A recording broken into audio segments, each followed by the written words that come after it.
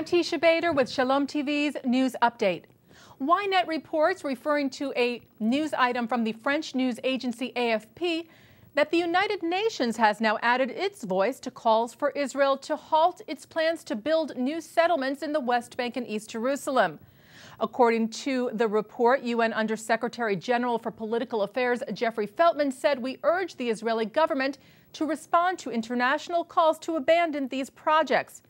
Criticism over Israel's announcement to build new housing units in East Jerusalem have been heard from Europe and most recently from the United States.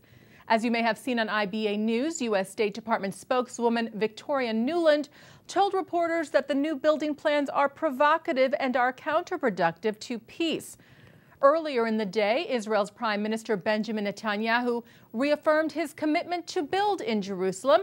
Speaking to visiting ambassadors of Asian and Pacific countries, Netanyahu said, "I want to ask any of you to imagine that you would limit construction in your own capital. It doesn't make sense." Netanyahu further said, "We are committed to our capital, we're committed to peace, and we're going to build in Jerusalem for all its residents.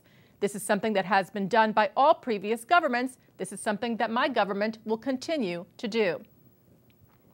Israel's Central Elections Committee has disqualified Knesset member Hanin Zoabi from running in the upcoming January 22nd election.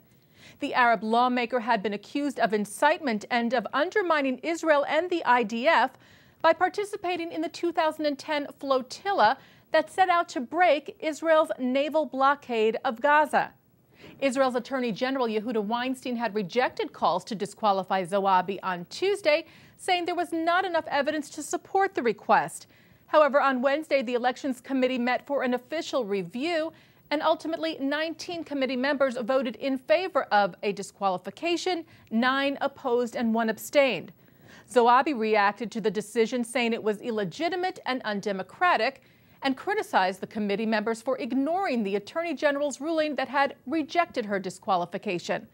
The Election Committee's decision will now be automatically appealed in Israel's High Court next week, where it could very well be overruled. The committee had also reviewed a request to disqualify the Balad Party, of which Zoabi is a member, but that request was rejected.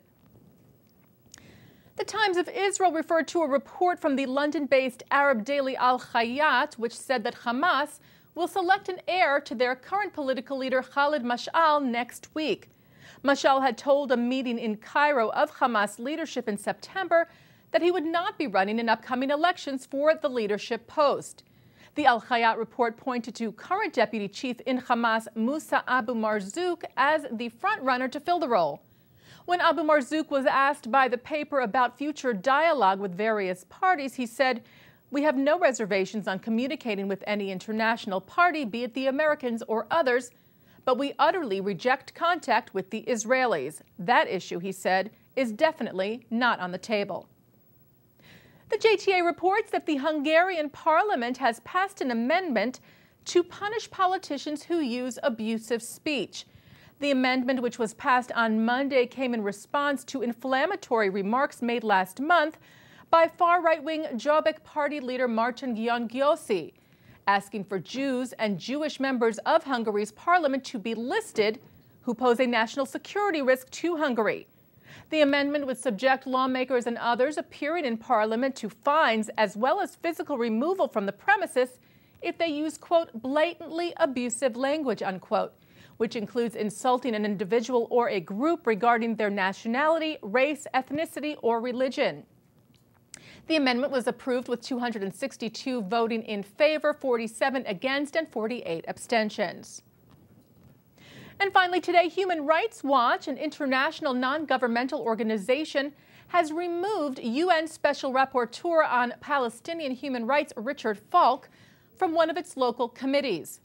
UN Watch, a non-governmental organization based in Geneva that monitors the performance of the United Nations, had called on Human Rights Watch to remove Falk, saying he has been spreading anti-Semitism. Hillel Neuer, executive director of UN Watch, had said that a man such as Falk, who among other things supports the Hamas terrorist organization, has no place in an organization dedicated to human rights. Following Falk's removal, Noyers said, "We commend Human Rights Watch and its director, Kenneth Roth, for doing the right thing and finally removing this enemy of human rights from their important organization."